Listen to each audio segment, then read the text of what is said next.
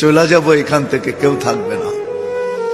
যিনি থাকার উনিই যখন থাকেন না, কারো কাছে মালাকুল মউত অনুমতি নিয়ে আসে না, আসবে না, শুধু একজন মুহাম্মদুর রাসূলুল্লাহ সাল্লাল্লাহু আলাইহি ওয়াসাল্লামের কাছে মালাকুল মউত যখন আসছেন, তো আল্লাহ বলছে বন্ধুর কাছে অনুমতি নিয়ে ঢুকবে, অনুমতি দিলে ঢুকবে, নাইলে ফিরে আসবে। বন্ধু আমার, খবরদার অনুমতি ছাড়া যায় গর্জায় ঢুকা যাবে না। আমাদের কারো কাছে অনুমতি নিয়ে আসবে না, ওনার কাছে অনুমতি নিয়ে গেছেন।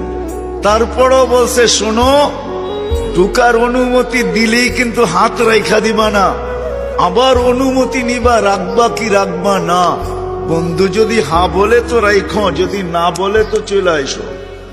না বন্ধু আমার, কার বন্ধু? কার বন্ধু? হাবিবুল্লাহ।